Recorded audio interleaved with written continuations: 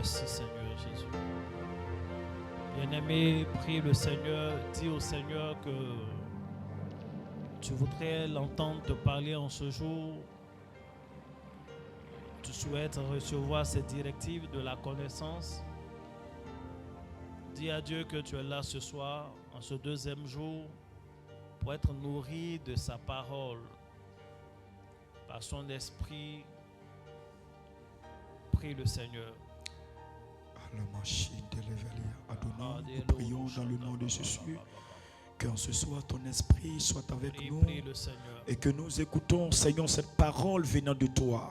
Nous prions que tu sois avec nous, éclaire, Seigneur, nos pensées, sois avec nous en ce moment et glorifie ton nom dans ce moment afin que, Seigneur, cette parole qui va sortir, cette parole nous édifie, cette parole nous amène dans ton chemin, cette parole nous amène à éclairer notre âme, notre esprit, cette parole nous amène à être bénis, cette parole nous amène à être guéris, cette parole nous amène à être transformés. Oui, Adonai, je prie en ce moment. Le temps est donné en toi. Parle avec nous, communique-nous, Seigneur, au nom de Jésus-Christ.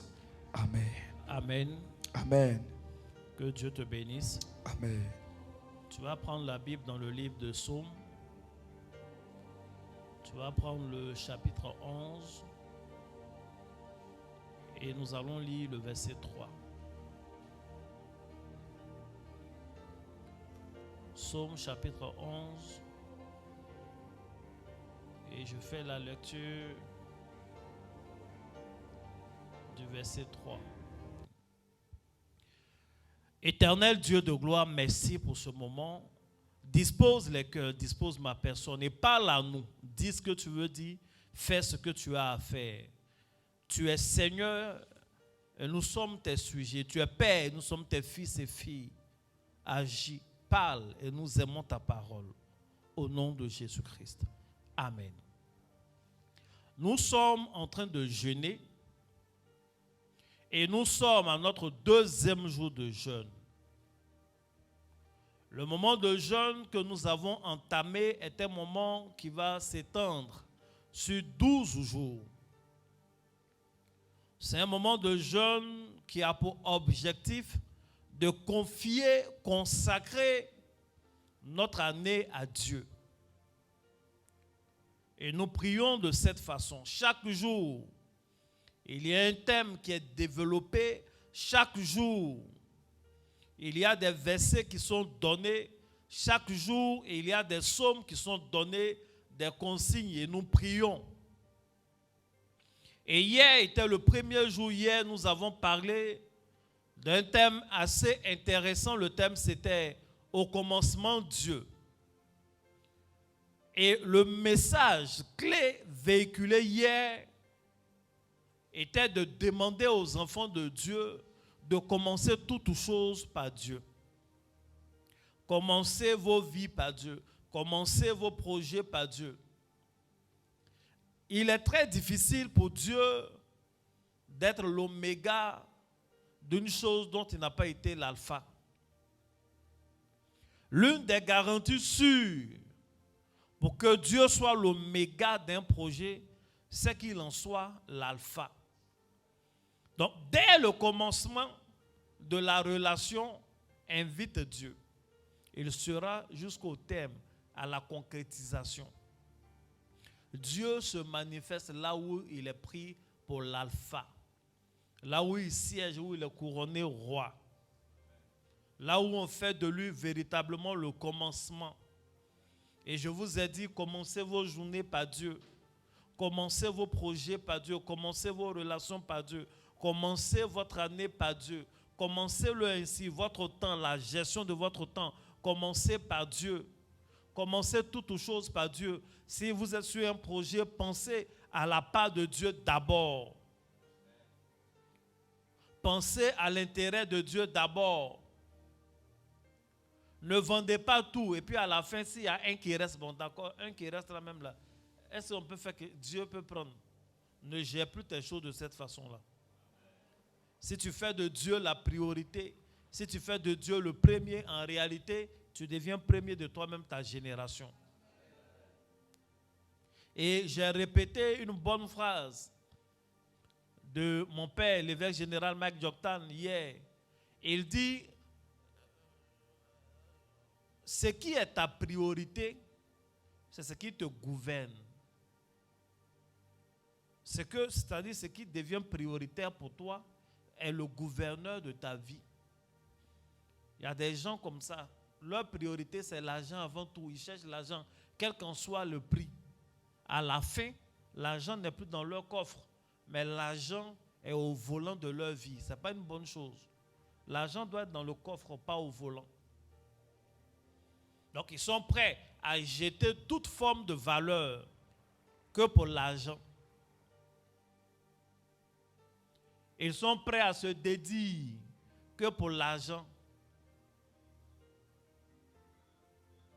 Et souvent, on appelle ça la sagesse. Aujourd'hui, ils portent le pagne de, comment on dit ça, du parti au pouvoir. Demain, quand le pouvoir change, ils portent le pagne de l'autre parti. Après demain, ils portent encore l'autre. Toi, on ne sait pas quelle est ta vision. Il y a des politiciens comme ça. Il est de tout, il est socialiste.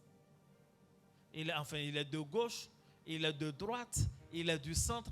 Ça dépend des saisons. Et quand on parle, moi, je sais apprécier. En fonction de ce qui est là, c'est là, moi, il mange. Et c'est devenu la sagesse. Bon. Bref, je ne sais pas ce qu'il disait, puis je suis arrivé dans tout ça. Moi-même, en général, je ne sais pas ce qu'il dit. Laissez-moi comme ça. Que Dieu bénisse abondamment. Commencez tout par Dieu. Hier, j'ai dit une phrase ici encore. Chaque fois que je dis cette phrase, les gens crient. Mais je le dis, le premier salaire de l'année, ce n'est pas pour toi, c'est pour Dieu. Les prémices de ce que tu fais, ce n'est pas pour toi, c'est pour Dieu. On a étudié Abel et Caïn. Ce qui a fait la différence, c'est que Caïn a donné des fruits quelconques, là où Abel a donné les premiers-nés et leur graisse. L'enseignement est encore en ligne sur Facebook. Je crois qu'il est en ligne aussi sur Telegram. Il va falloir réécouter et ça va te faire du bien. Le thème du jour, c'est purifier les fondations. J'aimerais rappeler à une personne que notre thème de l'année, c'est Euphrate. Fructifier, multiplier, dominer. Et d'ailleurs, Euphrate même veut dire le fleuve qui apporte la fécondité, qui apporte la fructification. Donc c'est exactement la même chose, qui va faire augmenter nos choses, les multiplier dans nos mains. Donc notre objectif, notre cahier de charge cette année, c'est d'être fructueux dans tous les sens du thème. Notre cahier de charge cette année, c'est de multiplier les bonnes choses. Notre cahier de charge en cette année, c'est de dominer, c'est de régner. Et pour ce faire, nous devons d'abord commencer toutes choses par Dieu. Si tu veux porter du fruit, commence par Dieu. Si tu veux dominer, commence par Dieu. Si tu veux régner, commence par Dieu. Si tu veux multiplier, commence par Dieu. Voici ce qui est dit. Et aujourd'hui, nous parlons de purifier les fondations justement afin de porter du fruit. Dans le passage que nous venons de lire, Psaume 11, verset 3, il y a une question qui est posée. Le Psaume 11 est une description d'un chaos. Dans le Psaume 11, ça ne va pas. Le Psaume 11 n'est pas long, après tu pourras lire. Et au milieu de ce chaos, il y a une question qui est posée. La question est la suivante. Quand les fondements sont renversés, le juste, que ferait-il? Quand les fondements sont renversés, le juste qui demeure juste, l'enfant de Dieu, l'homme spirituel, le racheté par le sang de Christ, quand les fondements sont renversés, qu'est-ce que lui peut faire? Lorsqu'il est dans une vie où il y a un tel chaos, où les choses sont sens dessus, dessous, renversées de partout, quand le constat est que les fondements sont renversés, qu'est-ce que le juste va faire? Déjà, cette question insinue que là où il y a des fondements renversés, le juste a quelque chose à faire. Il a quelque chose à faire. Cette question nous informe déjà que il y a la possibilité que des fondements soient renversés. Et quand les fondements sont renversés, la conséquence, c'est ce chaos-là que décrit tout le chapitre. Mais en ce moment-là, le juste a quelque chose à faire. En général, quand la Bible pose ce genre de questions, on a tendance, c'est comme si on était conduit à répondre rien. Quand les fondements sont renversés, le juste, que ferait-il? On ne sait pas. Quand les fondements sont renversés, le juste a quelque chose à faire. Il doit rebâtir ces fondements-là. Il doit les purifier et les repositionner. Le juste ne doit pas se battre à mettre fin au chaos. Le juste ne doit pas se battre avec les effets, mais il doit se concentrer sur les causes. Celui qui se bat tout le temps contre les effets sans traiter les causes va finir par s'essouffler. Il faut traiter la cause. Qu'est-ce qui fait qu'il y a ce chaos? Et c'est les fondements qui sont renversés. Qu'est-ce que le juste doit faire? La Bible ne dit pas qu'est-ce que le roi doit faire. Qu'est-ce que les politiciens doivent faire? Qu'est-ce que les hommes âgés doivent faire? Qu'est-ce que ceux qui sont forts sur le plan physique doivent faire? Lorsque les fondements sont renversés, les yeux des hommes se tournent vers le juste. Lorsque dans une famille, les fondements sont renversés et que c'est la pauvreté qui règne, en réalité, on ne s'attend pas à ce que ce soit un vieux qui résolve la situation. Mais on s'attend à ce que le juste fasse quelque chose. Le juste dont il est question, c'est moi, c'est toi. Nous qui avons été justifiés, nous sommes les justes. Et nos familles attendent qu'on fasse quelque chose face aux fondements qui sont renversés. Notre génération attend que nous fassions quelque chose face aux fondements qui sont renversés, face à la morale qui est totalement renversée. Les gens se posent des questions. Qu'est-ce que le juste fera? Voici pourquoi la Bible dit, le monde, la création attend avec un ardent désir la révélation des fils de Dieu. Il y a un moment où la création ne peut rien faire. Il y a un moment où les créatures ne peuvent rien faire. Et elles attendent un secours. Et elles attendent ce secours des fils et des filles de Dieu que tu es. Donc, les gens s'attendent, bon, il est devenu chrétien maintenant. Qu'est-ce qu'il va faire? Maintenant, il jeûne beaucoup. Qu'est-ce qu'il va faire?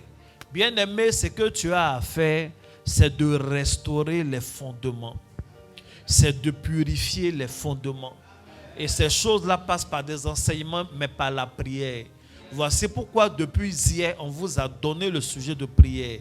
Aujourd'hui, logiquement, tu as eu toute la journée pour prier, pour dire au Seigneur de purifier tes fondations, de purifier tes fondements, ce sur quoi ta famille est basée, de purifier. Le Dieu qui sait tout, et il sait les alliances qui rendent les fondements de ta famille impurs. Il sait les choses qui rendent les fondations de toi-même, ta vie fragile. Et il est capable de purifier. Voici la prière que tu devrais faire. Et voici la prière que tu dois continuer de faire pendant toute cette nuit jusqu'à ce qu'on passe à demain, le 3e jour. Je vais vous lire une histoire. Est-ce que la parole commence à te faire du bien? Ou alors est-ce que la parole te fait déjà du bien? Je vais vous lire une histoire. On ne va pas être long parce que c'est un moment de jeûne et de prière. Je veux conduire par l'esprit, t'orienter sur des choses précises. Luc 13. Je vais lire à partir du verset 6. Il dit aussi cette parabole. C'est Jésus qui parle. Un homme avait un figuier planté dans sa vigne. Et il vint pour y chercher du fruit. Et il n'en trouva point. Alors il dit au vigneron, voilà 3 ans que je viens chercher du fruit à ce figuier. Et je n'en trouve point. Coupe-le. Pourquoi occupe-t-il la terre inutilement? Le vigneron lui répondit, Seigneur, laisse-le encore cette année. Je creuserai tout autour et j'y mettrai du fumier. Peut-être à l'avenir donnera-t-il du fruit. Sinon, tu le couperas. Amen.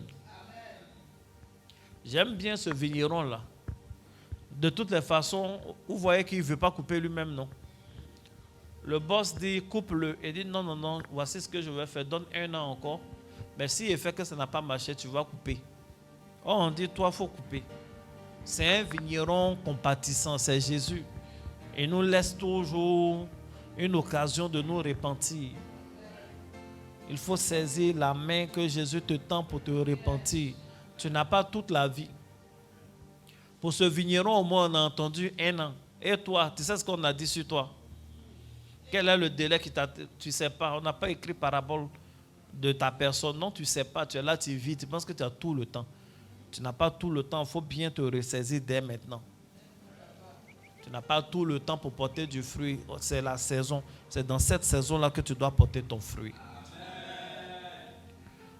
Dans cette parabole, on voit un homme qui s'attend à ce qu'un arbre, une plante qui est dans son champ, porte du fruit. Exactement comme aujourd'hui. Le Seigneur nous a sauvés au prix de son sang. Et nous sommes ses fils, nous sommes ses filles. Il nous regarde depuis longtemps. Et il s'attend à ce que nous portions du fruit. C'est exactement comme nous-mêmes. Nous avons investi dans certaines choses. Nous vivons, nous avons nos vies. Et nous voulons nous-mêmes porter du fruit. Chaque année, on essaie de faire des choses. Et on s'attend à porter du fruit. On a beaucoup d'espoir. On s'attend à porter du fruit. On passe beaucoup de concours. On s'attend à ce que cela porte du fruit. On multiplie pour les athlètes, on multiplie les entraînements. On multiplie les tests. On s'attend à ce que ça porte du fruit quand enfin on signe un contrat. On multiplie les jeûnes et les prières pour qu'enfin le ministère porte du fruit. On essaie d'être inspiré, on peint beaucoup de tableaux pour qu'enfin un soit bien pris ou qu'on ait de bons contrats avec de bonnes galeries. On veut porter du fruit. On veut que nos carrières politiques portent du fruit pour avoir enfin un bon poste, être dans le gouvernement, être nommé quelque part, avoir une bonne position. On veut porter du fruit. Personne ne peut avoir la stérilité comme un objectif. Personne ne peut avoir l'infécondité comme objectif. On veut porter du fruit. On veut être fructueux. Il paraît que quand tu es fructueux, c'est mieux. Quand on n'est pas fructueux, il y a oublié, on est quoi même là? Il y a les fructueux et puis il y a les... Aidez-moi quand même, vous savez. Il y a un mot qui veut dire gaou d'une manière. Voilà. Quand tu n'es pas fructueux, tu es yougos.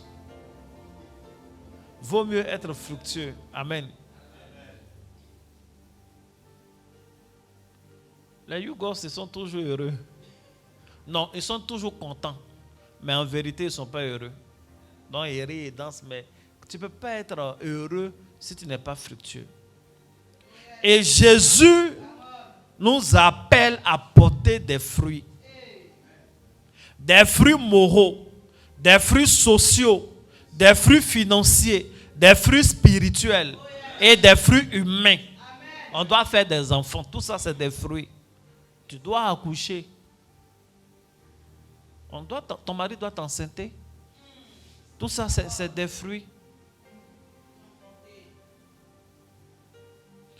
Et c'est exactement l'histoire de ce table-là. Seulement, pendant 3 ans, chaque fois il passe, il n'a pas de fruits. Et le vigneron dit, puisque c'est ainsi, il faut qu'on le coupe. Puisque depuis longtemps, elle est dans le foyer et qu'elle n'a pas d'enfant, il faut qu'on la chasse. Puisque depuis longtemps, il passe beaucoup de concours. Et les concours ne marchent pas, on n'a plus besoin de financer un quelconque de ces concours, on doit le laisser.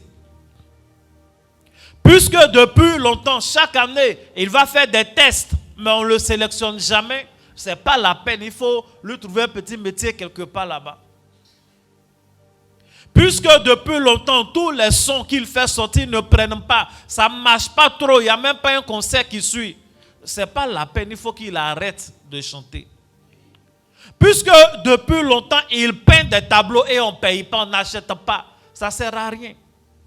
Depuis longtemps, il prêche et les gens ne se convertissent pas. Depuis longtemps, l'église est là, il prêche, il fait tout, des programmes. Mais il n'y a pas du monde, les gens ne viennent pas, ils ne sont pas édifiés. C'est pas mieux, il va fermer la cellule là. C'est pas mieux, il va fermer cette église.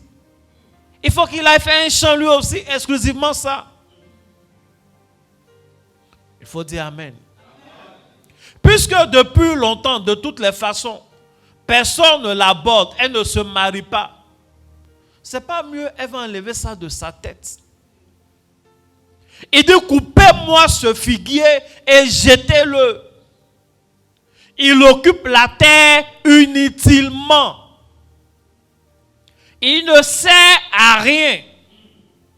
Vous savez, le figuier, même quand il ne porte pas de fruits, quand même, il a son ombrage. Les hommes aiment l'ombre du figuier. Mais souvent, il y a des choses qui manquent dans ta vie qu'il faut qu'on oublie toutes les qualités que tu as. Souvent, il y a des choses que nous attendons tellement qu'il faut qu'on oublie ce qu'on a déjà. C'est vrai, on est reconnaissant, mais il y a quand même quelque chose que tu attends. C'est vrai, Dieu t'a déjà béni dans la vie, tu n'es pas ingrat, mais il y a un truc que tu attends. C'est vrai, si c'est l'argent, un peu de mougou, tu as déjà eu. Mais il y a un financement que tu attends. Et souvent, quand le financement ne vient pas, tu as l'impression que tu es inutile. Autour de toi, même les gens, mais lui là même, bon, depuis... En fait, quand tu commences à parler de tes projets maintenant au tonton là, tu les énerves. On t'appelle le rêveur. Lui là, chaque année, il a un nouveau truc. Chaque année, il a un nouveau truc. Oui, ça là est sorti, on peut investir, ça ne donne jamais rien. Coupez-le et jetez-le. Pourquoi il va occuper la terre inutilement? Ce n'est pas la peine de le convier aux réunions. Il va venir parler inutilement. Il va venir s'asseoir là, il ne va rien dire. Souvent aussi, c'est lui qui a de grandes idées, mais il n'a rien dans sa poche pour financer ses idées. Ne l'invitez, il ne faut même pas lui dire. Il faut dire Amen. Il y a un moment dans ta vie où quand tu ne produis pas de fruits, même les gens qui sont censés être sous ta responsabilité ne te demandent plus la permission. Il y a des papas, parce qu'ils traversent des moments difficiles à la maison, les enfants de la maison ne lui demandent même plus aucune autorisation pour sortir. Elle sort seulement. Si tu lui parles, elle dit, je m'en vais me chercher. Parce que tu es à la maison, tu n'arrives plus à la nourrir. Que cela ne t'arrive pas. Il y a des souffrances qui font souffrir. Il y a des choses, oui, il y a des choses. Aujourd'hui, la dignité humaine est liée à ce qu'il peut apporter. Tu ne peux rien apporter. C'est vrai, ce n'est pas une bonne chose. Mais c'est encore une pire chose que de ne pas pouvoir apporter quelque chose. Les gens qui ne considèrent pas ceux qui ne peuvent rien apporter, ils ne sont pas bien. Mais je t'assure que ne pas être capable d'apporter quelque chose aussi n'est pas du tout bien. Il faut bien dire Amen. La Bible dit, Celui qui devait prendre soin de l'arbre dit au vigneron, non, je ne veux pas qu'on le coupe. Voici ce que je propose de faire. Je vais purifier les fondations de cet arbre-là. Et je suis persuadé que si je purifie ces fondations, certainement, ce qu'il n'a pas pu faire en 3 ans, en une année, il aura des fruits. Si je purifie les fondations et qu'il n'a pas porté de fruits, c'est que coupe-le. C'est une manière de dire que ce n'est pas possible que je fasse ce que j'ai à faire et qu'il n'ait pas de fruits. C'est également une manière de dire au propriétaire, ce n'est pas toujours qu'il faut regarder le tronc. Ce n'est pas toujours qu'il faut regarder les branches. Ce n'est pas toujours qu'il faut regarder les feuilles. Par moment, quand tu vois l'arbre qui n'a pas de fruits, le problème vient des racines. Le problème vient de ce qui se passe dans le sol. Ce n'est pas une question de lumière. Ce n'est pas une question de soleil. Ce n'est pas une question de tronc. Voici l'arbre, il est là. Il a des feuilles, mais il ne produit pas de fruits. Certainement, il y a quelque chose qui manque en dessous. Certainement, il y a une anomalie au niveau de ses racines. Certainement, les fondations ne sont pas pures. Voici ce que je me propose de faire. Je vais creuser la terre tout autour de ce arbre-là et je vais y incorporer de ce qu'on appelle le fumier. Et je suis sûr qu'en traitant de cette façon le sol, il va porter du fruit. En traitant de cette façon le sol, le tronc sera meilleur, les branches seront meilleures, et il aura des fleurs et ces fleurs vont aboutir à des fruits et tu seras satisfait. Je viens dire à une personne qui pense qu'elle est inutile, tu n'es pas inutile. Je veux dire à une personne qui a regardé beaucoup les branches, qui a regardé beaucoup les efforts. Aujourd'hui, je détourne tes yeux du ciel. Je détourne tes yeux de toi-même et je les oriente en profondeur dans les fondations. C'est là qu'il y a quelque chose à faire. C'est là qu'il y a un traitement à apporter. Ta façon d'être enraciné et le type de sol sur lequel tu es enraciné, c'est là que le problème se passe. La famille d'où tu viens, les fondations de cette famille, les terres d'où tu viens, les alliances de ces terres-là, c'est bien souvent ces choses qui influencent la relation de laquelle tu veux des fruits. Les fondements sont-ils purs? Les fondements ont-ils été purifiés? C'est basé sur quoi? C'est basé sur quoi? Quelles sont les caractéristiques de tes racines? Souvent on accuse Dieu. On lève les yeux au ciel et on dit que le ciel est fermé. Le ciel n'est pas fermé. C'est la terre qui n'est pas bonne. C'est la terre qui manque de certaines choses. C'est la terre qui souvent a été empoisonnée.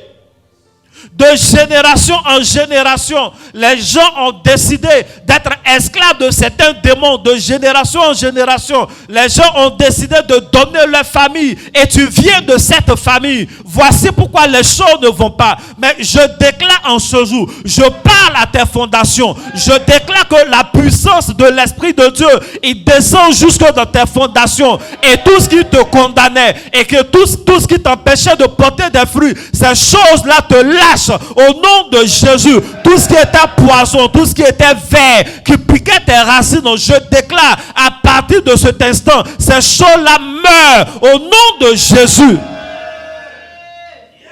Voici le problème. Tout part des fondations. Tout part des fondations. Une maison qui ne tient pas bien, qui commence à s'écrouler, ce n'est pas forcément un problème de la toiture, c'est un problème de la fondation.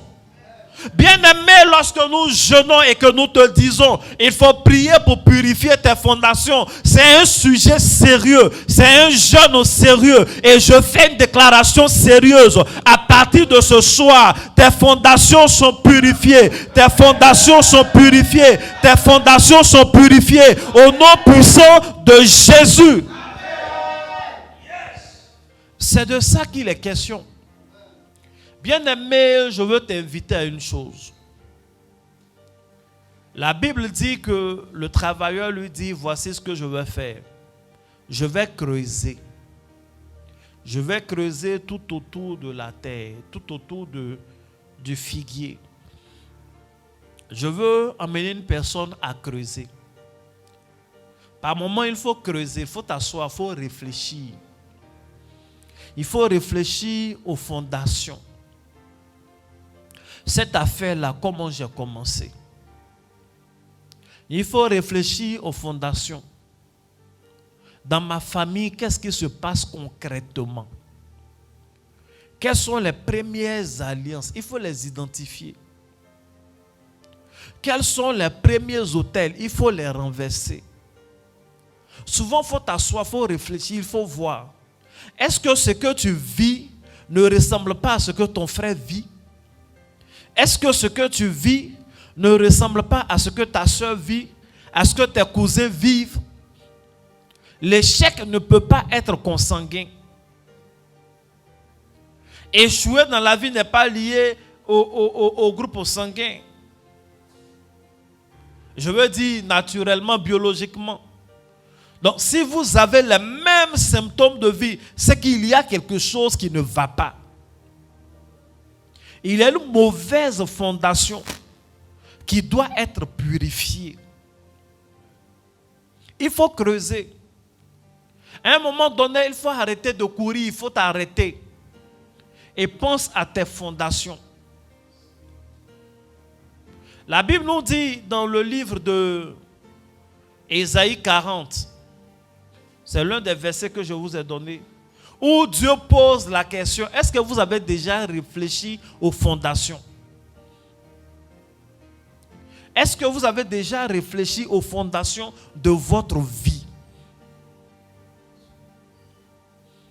Là, en l'occurrence, Dieu demandait au peuple de Dieu s'ils se rappellent, s'ils ont réfléchi à leurs fondations, comment un peuple esclave est quitté en Égypte et puis ils sont venus. Il leur rappelle ça souvent. Il faut penser aux fondations. Un jour, Dieu dit, il donne des lois, il dit au peuple d'Israël, ne maltraitez pas les étrangers, car vous-même vous avez été étrangers pendant 430 ans dans un autre pays. Mais s'ils ne connaissent pas leurs fondations, ils vont commencer à maltraiter les étrangers. Et quand ils le font, ils ont des problèmes. Parce que ça fait partie des fondations. Quelles sont les fondations de ta famille? Qu'est-ce qui ne va pas? Que Dieu te bénisse. Que la main de Dieu soit sur ta vie. C'est un moment de jeûne et prière, mais je te fais réfléchir en même temps. Il faut que tu te parles à toi-même. Il faut que tu parles à ta vie. Il dit quand il va creuser les fondations, il va y mettre le fumier. Vous connaissez le fumier, non? Le fumier, c'est le fumier. Ouais, le fumier, c'est le fumier. Ce sont souvent des excréments des animaux qu'on mélange avec souvent des plantes pour faire un genre de compost. Le fumier, il faut retenir surtout que ce sont les excréments des animaux. Donc le monsieur dit, il va creuser. Il va s'abaisser, il va aller prendre les excréments des animaux pour mettre tout autour de l'arbre. Souvent, ce qui va te soigner ne sent pas bon. Souvent, le médicament qui va te guérir n'est pas sucré, il est amer. Mais c'est ça qui va te guérir. Souvent, ce qui va te faire du bien n'est pas acclamé par tout le monde. Hier, il y a une dame qui m'a appelé. Je la considère comme ma fille. Ça m'attriste même. Je l'ai reçue à mon domicile, à Akandje 1, quand j'étais à Akandje 1. Quand j'étais à Akandje 1, tout le temps que j'ai fait là-bas, en termes de réception où on reçoit quelqu'un pour des raisons spirituelles, on parle les entretiens, j'ai reçu 3 personnes. 3 personnes, point bas. Il n'y a pas une 4e personne. Je ne faisais pas réception là-bas. Où on dit, on s'assoit comme ça pour entretenir quelqu'un. Ce n'est pas la visite des enfants spirituels qui est venu te voir. J'ai reçu 3 personnes. Et elle était la 2e personne que je recevais. Vous voyez? Peut-être ça te dit rien. Mais quelqu'un qui me connaît comprend que je l'ai mise comme ça. Et puis je l'ai mise aussi dans mon cœur. Je l'ai reçu, tout ce que je lui ai dit est vrai. On prie. Quand on prie, Dieu exauce. Et puis, je n'ai plus de ces nouvelles. J'essaie d'écrire, d'appeler. À un moment donné, ça ne passe plus. Le monsieur dit qu'elle a un problème avec son téléphone. Elle est retournée dans le pays d'où elle vient. Ça fait peut-être 4 ans ou 5 ans aujourd'hui. Hier, elle m'appelle pour me dire, en fait, elle a eu peur. Parce que je lui ai parlé. Quand elle vient, on prie Jésus. Mais après, elle est tombée sur un homme de Dieu aussi. Un homme de Dieu. C'est un homme de Dieu. Qui a tenu des discours. Il y a des gens qui vous effraient. Non, le prophète là, c'est qu'elle a fait ça là. Est-ce qu'on est obligé de prier avec huile? Huile là, ça veut dire oui. Jésus a déjà oui. Non, le prophète là. Tu vois, non? Donc ça l'a effrayée. Et puis elle a coupé tout court. Souvent, ce qui va te faire du bien, qui va te délivrer, est effrayant. Huile là, au moins, ça ne fait pas peur. Il y en a aussi qui acceptent. Si c'est huile d'olive, c'est bon. Mais huile là, on dit la mie. Non, la mie là, ça sent trop bon. Dieu n'est pas dedans. Regardez-moi déjà. C'est des gens, comme ils ont grandi dans des fétiches qui sentent mauvais. Donc tout ce qui sent bon, ils trouvent que c'est ça, c'est leur totem. Parce que depuis il est petit, il se lavait avec les nansidis qui puent. Donc quand il vient à l'église, on lui donne une qui sent bon. Et non, ça, les trucs comme ça, on n'est pas. Regardez-moi des choses comme ça. Il disait quoi même, et puis je suis arrivé sur ça là. Mais non. Il dit, il va prendre le fumier. Il va mettre tout autour. C'est le fumier là qui va régler son problème. Souvent, c'est l'action prophétique qui te fait peur là, qui va régler ton problème. Je vais vous rendre un témoignage. Vraiment. Oh. Il y a des souvenirs qui me viennent. J'ai reçu quelqu'un, je lui ai parlé. Sa vie est bloquée même, ça ne va pas. Quand tu vois sa vie, il n'y a pas de bonne nouvelle qui rentre dedans. C'est dur. Donc je lui ai donné des prières. Je lui ai donné un passage biblique. Je lui ai dit de réciter le passage là 13 fois. Une fois que tu finis de réciter 13 fois, dis Amen et crois-moi, le Seigneur va faire. Il m'a regardé, il a trouvé le courage pour dire, ah vraiment, homme de Dieu, 13 fois là, vraiment, je ne peux pas faire. Et lui a dit, pourquoi? Il dit, non, 13 là, c'est un chiffre un peu démoniaque, tout ça là. Il a dit, oui, tu n'as pas trop tort. Donc voici comment on va faire. Tu vas réciter le verset là une seule fois par jour. Tu fais ça sur 6 jours. Il dit, ah comment, pourquoi? Il dit, exactement comme au temps de Jéricho là. Chaque jour, il faisait un tour de la ville, non? Donc toi, c'est la même chose. Chaque jour, tu récites le verset une fois. Chaque jour, tu récites le verset une fois. Maintenant, le 7e jour, tu récites le verset 7 fois. Et puis tu dis Amen, c'est fini. Il dit, voilà, si c'est ça, il peut faire. Et puis il allait faire. Quand il a fini, Dieu qui est bon, quand Dieu veut se glorifier, il se glorifie. Dieu a commencé à décanter les situations dans sa vie. Et il vient rendre témoignage. Il lui a dit, tu sais quoi? Le verset là, tu as récité 13 fois. Il dit non, que c'est pas comme ça on a fait. On a fait comme Jéricho là. chaque jour, une fois, et puis le dernier jour, on a fait 7 fois. Maintenant, il lui a dit, quand vous prenez vos doigts, vous faites 7 plus 6, là, ça fait combien? Ça fait 13. Donc, 13 que j'ai dit de faire un jour, là, tu dis, tu ne fais pas. Que tu vas faire un jour, 6 jours, comme Jéricho. Aujourd'hui, si je suis en train de prêcher, que je dis, en réalité, le peuple d'Israël a fait 13 fois le tour de Jéricho, ils ont eu la victoire. Ça va faire bizarre. Tu n'avais pas remarqué ça, non? Mais c'est 13 fois le tour ils ont fait, et puis les murailles sont tombées. Donc, peut-être ils sont comme toi. Pour ne pas les effrayer, Dieu a dit, faites une fois par jour, et le dernier jour, faites 7 fois. Comme ça, ils n'ont pas entendu 13. Bien aimé, souvent, ce qui va te délivrer là, ça ressemble au fumier. Mais c'est ça qui va te faire porter du fruit. Souvent, c'est pas... Nous aspirons à avoir une très grande église. Mais souvent, ce n'est pas forcément l'église la plus médiatisée qui est celle qu'il te faut. C'est très bien de médiatiser une église. Je fais un appel à tout le monde. Si vous avez un peu d'argent, achetez des caméras, des trucs, on va bien médiatiser. Mais ce n'est pas les médias là qui font forcément. C'est ce que Dieu même veut utiliser là. C'est ça qui sera bien pour toi. Ce n'est pas le vieillard forcément qui est celui qui va te donner le conseil qui va décanter ta situation. C'est pourquoi moi je tends l'oreille à tout le monde. Que Dieu te bénisse. L'autre sens du fumier, c'est que le fumier est l'image de l'humilité. Bien aimé, je parle toujours d'orgueil et d'humilité, peu importe le message que je prêche, quand je veux bien. Parce que la Bible l'a déjà dit. Dieu, il résiste aux orgueilleux. Mais il fait grâce aux humbles. Donc, c'est une manière de dire, je vais inculquer l'humilité à cet arbre-là. Si vous savez, le figuier en question, il n'est pas dans un champ de figuier. La Bible dit que c'est un figuier qui est dans un champ de vigne.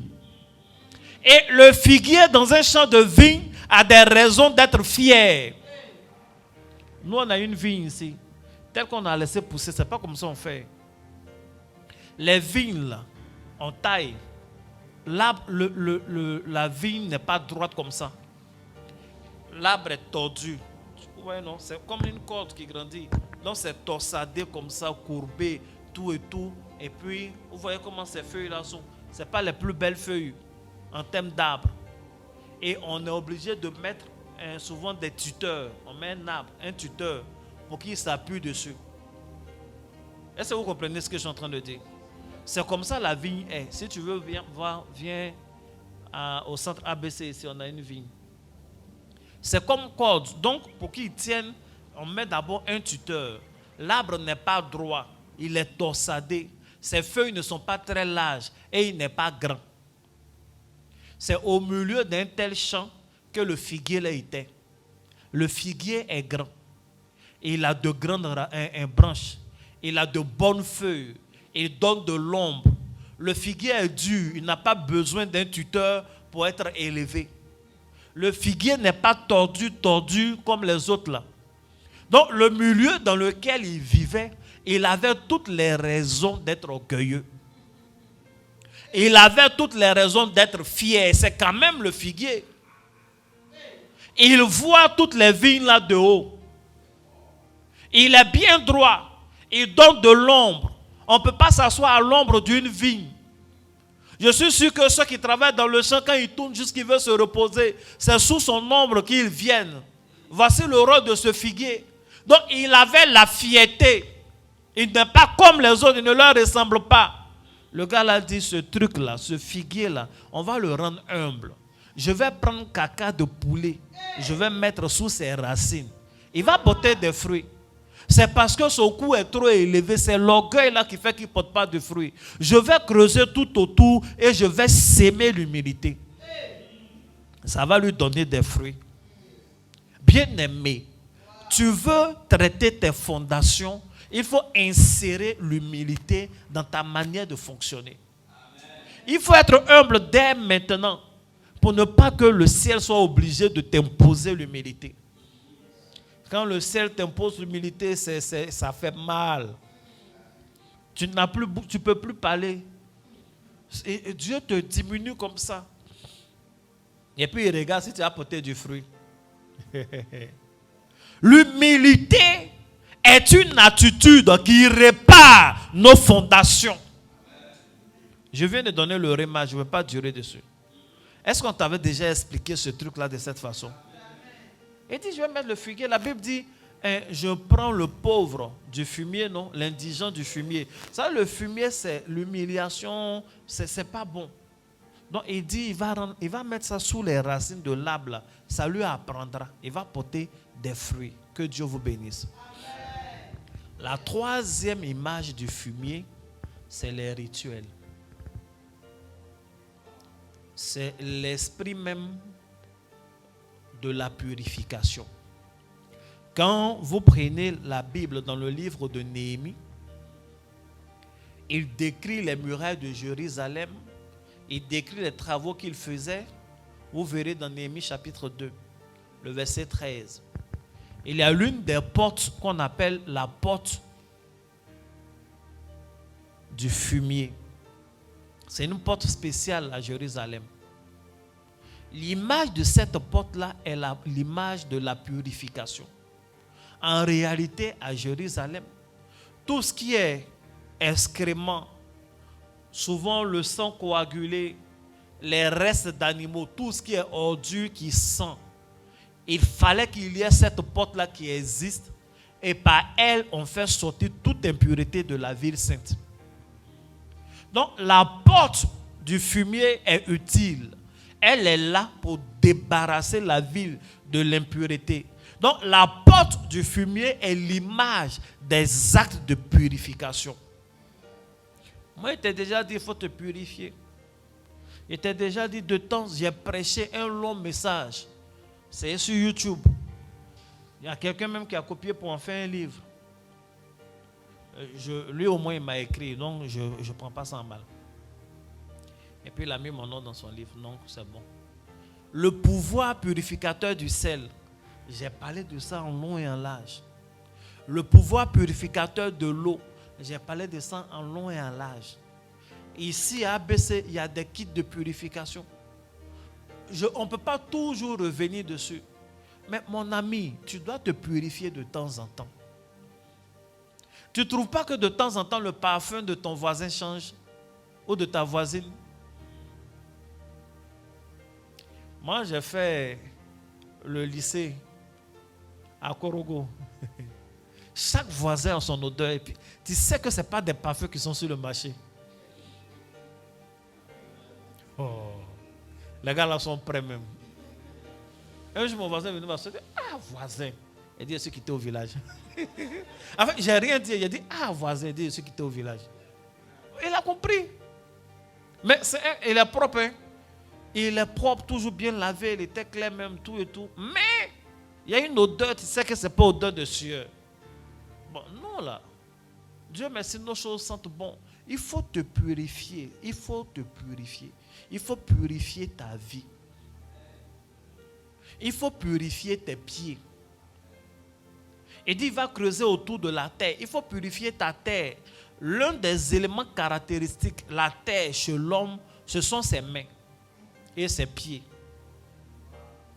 Vous savez, dans l'homme, il y a les 4 éléments. Au niveau des mains et des pieds, c'est la terre. Au niveau du ventre, c'est l'eau. Au niveau du poumon, c'est l'air. Et au niveau de la tête, où il y a les neurones, où il y a la lumière, où il y a l'électricité, en fait, c'est le feu. Donc, on a les 4 éléments. Mais parlant des fondations, on parle surtout de la terre. Donc, les pieds et les mains. Vous pensez que c'est parce que Jésus s'ennuyait un jour, il a dit aux apôtres, envoyez vos pieds, je vais laver. Il ne s'ennuyait pas. Pierre dit, il ne veut pas. Il dit, ok, il n'y a pas de problème, je n'insiste pas. Vous savez, ce n'est pas toujours le père spirituel qui insiste. Hein. Il est en train de laver les pieds, il dit, non, lui, il ne veut pas laver les pieds. Il dit, il n'y a pas de problème, mais si elle ne lave pas, tu ne peux pas avoir de part avec moi. Si elle ne lave pas ton pied où je vais, tu ne peux pas me suivre. Tu ne peux pas aller dans de nouvelles fondations. Les projets que j'ai pour toi, ça ne peut pas marcher. Il faut qu'on lave tes pieds Tu dois changer de fondation. Tes pieds de pêcheur, là, ça doit changer. Tu ne dois plus pêcher piscilure. Tu vas venir pêcher l'homme. Ton pied doit changer. Pierre dit, ah. Donc si c'est ça, il faut laver tout mon corps, ma tête, tout ça. Là. Il dit, non. Cette étape-là, ces pieds, on lave. C'est une affaire de la terre. Que Dieu te bénisse abondamment. Le fumier, c'est aussi l'image de la victoire sur nos ennemis. Quand il dit « je vais mettre le fumier », c'est une façon de dire « je vais vaincre ses ennemis ». J'explique. Il est 21h57. Dans 5 minutes, je vais arrêter. Bon, dans 6 minutes, dans 10 minutes, dans combien de minutes? Dans quelques minutes.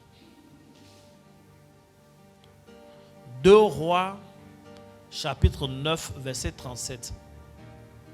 La Bible dit, « Et le cadavre de Jézabel sera comme du fumier sur la face des champs, dans le champ de Jizréel, de sorte qu'on ne pourra dire, c'est Jézabel. » On dit le cadavre de Jézabel sera comment? Comme du fumier. Psaume 83, verset 10 à 11. Il est écrit, « Traite-les comme Madian, comme Sisera, comme Jabin, au torrent de Kizon.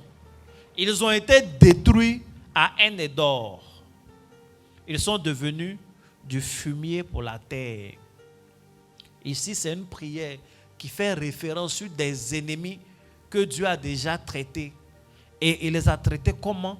En faisant d'eux, ils sont devenus du fumier sur la terre. Dans la prophétie contre Jézabel, il est dit qu'elle ne sera pas enterrée, elle ne va pas avoir des funérailles, tout et tout. Elle sera comme du fumier, de sorte qu'on ne pourra pas dire. Donc, parler du fumier, c'est de parler de la dépouille mortelle de nos ennemis. Quand il dit, laisse-moi une année, et pendant cette année, je vais creuser autour, je vais mettre du fumier. Il est en train de dire, pendant cette année, je vais mettre le corps des Madianites. Cette année, je vais mettre ce qui est Jézabel dans sa vie. Traiter les fondations, c'est vaincre nos ennemis. Traiter les fondations, c'est repérer l'autel de sa famille et le renverser. C'est repérer les malédictions vécues par les gens de notre famille et briser cette malédiction. Je déclare dans la vie d'une personne, en cette année, Dieu fait de la dépouille mortelle de tes ennemis un escalier pour ton élévation. Je déclare en cette année que Dieu fait de la dépouille de tes adversaires le fumier pour ta croissance, le fumier pour que tu portes de fruits. Au nom de Jésus, je prophétise des victoires éclatantes au nom de Jésus. Je prophétise ta domination sur tes adversaires au nom de Jésus. Je prophétise ta domination sur la sorcellerie, sur l'échec au nom puissant de Jésus. Et ces victoires vont fertiliser ta terre. Et ces victoires vont fertiliser ton sol au nom de Jésus. Alors, qu'est-ce que je veux dire pour conclure? Il faut traiter tes fondations. Ce n'est pas toujours qu'on regarde le tronc, les branches et les feuilles. Il faut regarder ce qui se passe en bas, les racines. Et il faut les traiter. Pour les traiter, il faut creuser. Creuser tout autour de l'arbre. Creuser, c'est réfléchir. Il faut examiner ta vie. Il faut examiner ta famille. Voir ce qui va, ce qui ne va pas. Quelles sont les origines de certaines alliances et les traiter. Réussir à les vaincre. En les vainquant, ils deviennent comme le fumier qui va amender la terre, qui va permettre à ton sol d'être riche. Traiter les fondations, c'est après avoir creusé tout autour, y insérer le fumier. Le fumier, c'est l'image de l'humilité. Accepter d'être humble. Je n'ai pas traîné dessus parce que nous savons que Dieu résiste aux orgueilleux et fait grâce aux humbles. Et par la grâce de Dieu, nous portons des fruits. Donc autant être humble. Tu porteras des fruits en cette année. Le fumier, mettre le fumier, c'est l'art de la purification. Il faut te laver avec du sel, ça ne va pas te faire du mal. Ça ne donne pas palu, ça n'envoie pas en enfer. Il faut parler, tu te laves toujours déjà avec l'eau, non? L'eau l'a pris dessus maintenant et puis lave-toi. Prie dessus, dis, le monde est spirituel. Dis, pendant que tu fais, tu te laves toi-même avec l'eau. L'effort que tu fais, c'est pour laver ton corps. Que la puissance de Dieu, que l'onction impacte cette eau et qu'au-delà de ton corps, que cela lave ton aura. Si tu pries comme ça sur ton eau pour te laver, ça fait quoi? Tu pries sur la nourriture pour manger, non? Pourquoi l'eau pour te laver, tu ne veux pas prier comme ça? Dieu a créé ces choses-là pour notre bien. Il faut le faire. Ton père doit laver tes pieds. Il y a des choses qu'on doit faire pour toi. De temps en temps, toi-même parle à tes pieds. Quand le blanc dit pied, on appelle ça la plante des pieds. Il sait de quoi il parle. C'est parce que c'est avec ça que tu es planté dans le sol. Prie sur tes pieds. Même Jésus, la femme est venue pleurer à ses pieds. Elle le suit avec ses cheveux. Les gens voulaient arrêter. Dit non, non, laissez ça. Ça a laissé. Là où elle est en train de mettre parfum sur mon pied, là, vous voulez l'enlever par rapport à quoi? Non, on va vendre pour donner aux pauvres. Et les pauvres, là, sont toujours avec vous ici. Parce que ce qui sortait de son cœur, ses larmes, son parfum, était sincère. Et puis il y a d'autres choses. Il faut prier, il faut parler à tes pieds, il faut parler à tes mains. Je vous ai déjà enseigné que la source chez l'homme, c'est aussi son nombril. C'est ton nombril qui indique que tu viens des parents. Ta maman t'a accouché, ta première cicatrice, c'est le nombril. C'est ce qui te lie, c'est le premier lien. C'est pourquoi tu étais attaché. Donc, de temps en temps, il faut mettre la main sur le nombril, proclame des paroles. Et quand tu viens à l'église, on fait des prières pour bénir les enfants, pour te bénir. Si tu mets la main sur le nombril et que tu proclames des paroles pour tes enfants, ils seront bénis. Il paraît qu'il y a des personnes, leur maman est sorcière, je les plains. Mais bon, la sorcellerie, c'est un esprit comme tout autre qu'on peut enlever. Mais si une mère est vraiment sorcière, tu te caches, et puis tu la gères mal, elle ne te cherche pas, elle te cherche où? C'est 2 doigts, elle met sur son nombril, et puis elle est connectée. Il faut mettre ta main sur ton nombril aussi, tu vas bénir tes enfants. Tu vas te bénir. Quand le prophète Élisée dit, envoyez-moi un plat neuf, mettez-y du sel, allons à la source. La source de l'homme sur son corps, sur le plan anatomique, spirituel, c'est son nombril. C'est pourquoi même quand tu fais tes bains de purification, il faut insister sur le nombril. Tout ce qui est mauvais, qui t'est ascendant, que ces choses ne soient pas transférées. Ce qui est bon, les liens bénéfiques, que cela demeure. Tout ce qui est mauvais, que toi-même tu ne transfères pas à tes enfants, ce qui est bon, qu'ils aient. Si tu pries comme ça, est-ce que ce n'est pas bon? Est-ce que ton père spirituel a déjà parlé à ta terre, à la terre de tes origines? Ça aussi, c'est corriger les fondations. Je vais lire le dernier passage. Et je vais m'arrêter là. Peut-être le dernier jour, le vendredi, je vais revenir sur tout ça. Je vous dis en même temps, le vendredi 30, on a une veillée ici. La veillée là sera terrible. Non, je te dis en même temps, on est en train de jeûner un peu. Le 12e jour, le jour où notre jeûne finit, c'est un vendredi. C'est le vendredi 30 à Benjéville. À partir de 20h30, on est là. Il faut venir, il faut bien venir. On va poser des actions prophétiques et on va récolter la bénédiction. On va porter, cette année, ça passe et puis ça passe. Point barre. Il n'y a pas de cassage dedans. Ça passe ou ça passe? Je vais vous lire un passage et je vais m'arrêter là. Luc 4, verset 16. Le verset 16 au verset 22. Écoute très bien, je vais aller doucement.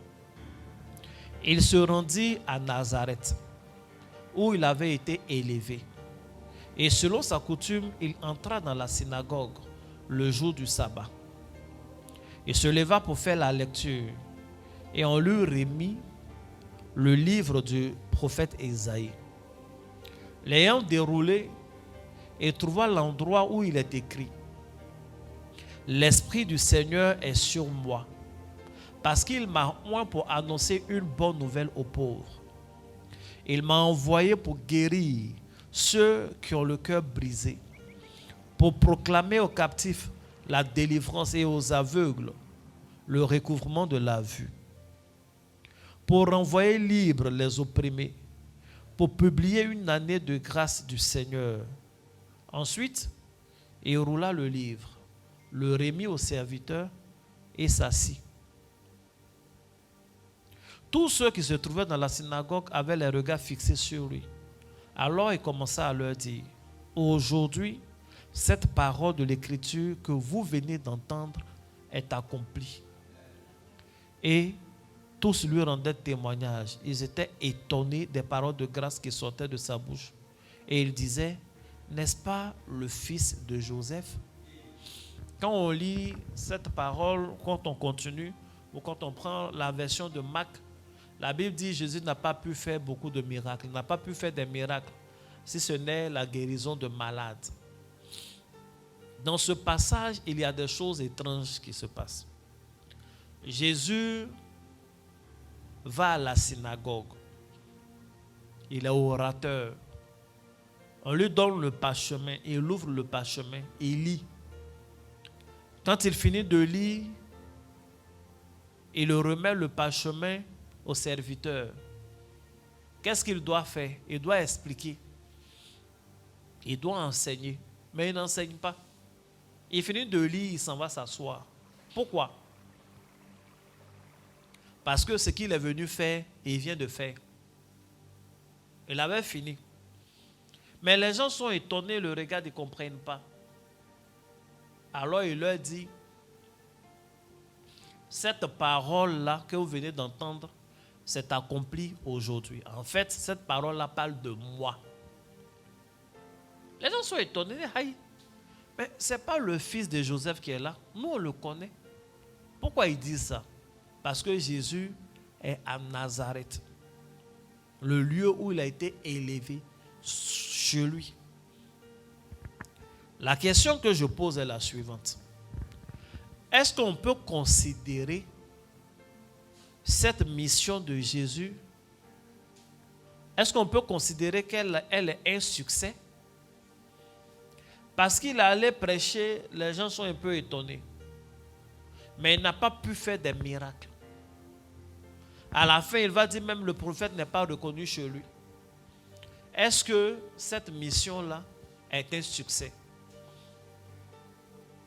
Surtout si on la compare aux autres missions qu'il fait à Béthanie, à Capernaum, à ces endroits-là.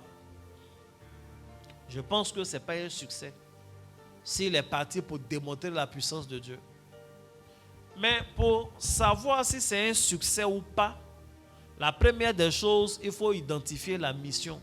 Est-ce que sa mission vraiment c'était d'aller convertir les gens? Je vous dis aujourd'hui, non. Jésus n'est pas allé faire ça. Tout se passe dans le verset 16. La Bible dit, il se rendit à Nazareth. On est à Luc 4. Il n'y a pas longtemps, il a commencé le ministère. Il y a certaines choses qui se passent, ça commence à aller. Mais il décide lui-même librement de se rendre à Nazareth. Et la Bible précise où il a été élevé. En fait, Jésus de Nazareth s'est rendu à Nazareth. Il est allé sur ses terres d'origine. Et il n'est pas allé faire 1000 choses. Il est allé proclamer une partie de la parole qui parle de lui. Il rentre dans la synagogue, il prend la parole et il dit, l'Esprit du Seigneur est sur moi, car il m'a oint pour faire tout ce qu'il a cité. En fait, la mission consistait pour lui de se rendre sur ses terres d'origine et de proclamer des paroles qui concernent sa destinée sur terre. Voici ce que Jésus a fait. voici ce qu'il est parti faire. Il allait à Nazareth pour parler de lui-même. Il allait à Nazareth pour prendre une partie de la prophétie. Une prophétie qui date de beaucoup d'années avant lui. Et il a pris, il fallait qu'il soit sur ses terres d'origine. Et quand il finit de dire, il dit aujourd'hui, cette parole est accomplie. C'est ce qu'il dit, non? C'est ce qu'il dit ou pas? Il dit aujourd'hui, cette parole de l'écriture est accomplie. Aujourd'hui, c'est quand? C'est ce jour-là où il a lu cette parole à Nazareth. Pourquoi cette parole n'est pas accomplie quand il est né? Pourquoi cette parole n'est pas accomplie quand il a transformé l'eau en vin? Pourquoi cette parole n'est pas accomplie quand il a donné des paroles de connaissance à Nathanaël? Pourquoi cette parole n'est pas accomplie quand il avait 12 ans et qu'il posait des questions dans la synagogue? Pourquoi c'est aujourd'hui cette parole s'accomplit alors qu'il a déjà commencé à faire des miracles? Il dit aujourd'hui parce qu'il est sur ses terres d'origine et il a proclamé la parole qui le concerne. Et quand il finit de faire ce rituel-là, il les informe qu'en fait c'est ça que je suis venu faire. J'ai proclamé, je me suis assis, je ne suis pas venu prêcher. Ce que vous avez entendu aujourd'hui, elle est accomplie. C'est pourquoi de temps en temps on te dit, fils, il faut que j'aille parler sur la terre de chez toi. Jésus est de Nazareth, on dit Jésus de Nazareth. Mais peut-être toi, tu es Seydou de Korogo, Kofi de Bongwanou, Aya de Boaké, ou de Yopogo, Yapi d'Azopé. Amen. Je ne sais pas. Tous vos noms. Sawadogo de Ouaga. Koku de Togo. Tu n'es pas Jésus de Nazareth. Jésus lui-même, il s'est rendu à Nazareth et il a proclamé ce qui le concerne. Et il dit, parce qu'il l'a fait, aujourd'hui c'est accompli. Il y a des prophéties qui sont sur ta vie, ce n'est pas encore accompli. Parce que la chose n'a pas été proclamée sur tes terres d'origine. Il vient de parler où? Purifier les fondations afin de porter du fruit. Voici ce que le Seigneur m'a mis à cœur de vous enseigner en ce jour. Que Dieu vous bénisse. Que sa main soit sur vos vies. Que vos fondations soient toujours purifiées.